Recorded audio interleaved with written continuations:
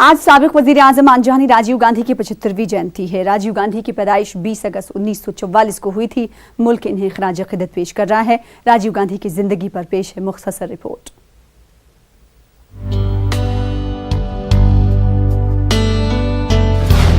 साबिक वजीर आजम आंजहानी राजीव गांधी अक्टूबर 1984 से दिसंबर 1989 तक मुल्क के वजीर आजम रहे। आंजहानी राजीव गांधी की पैदाइश 20 अगस्त 1944 को हुई थी।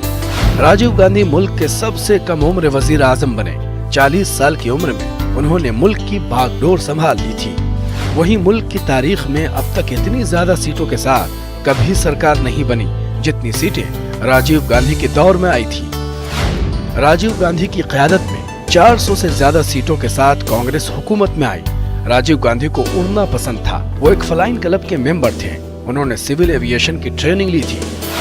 1970 में एक पायलट के तौर पर एयर इंडिया ज्वाइन किया था। 1980 तक सियासत में आने से पहले एयर इंडिया के लिए काम करते रहे। राजीव गांधी डिजिटलाइजेशन और कंप्यूटराइजेशन पर ज्यादा तवज्जो देते थे। 1981 में उन्हें कांग्रेस पार्टी के यूथ विंग के सदर के तौर पर चुना गया।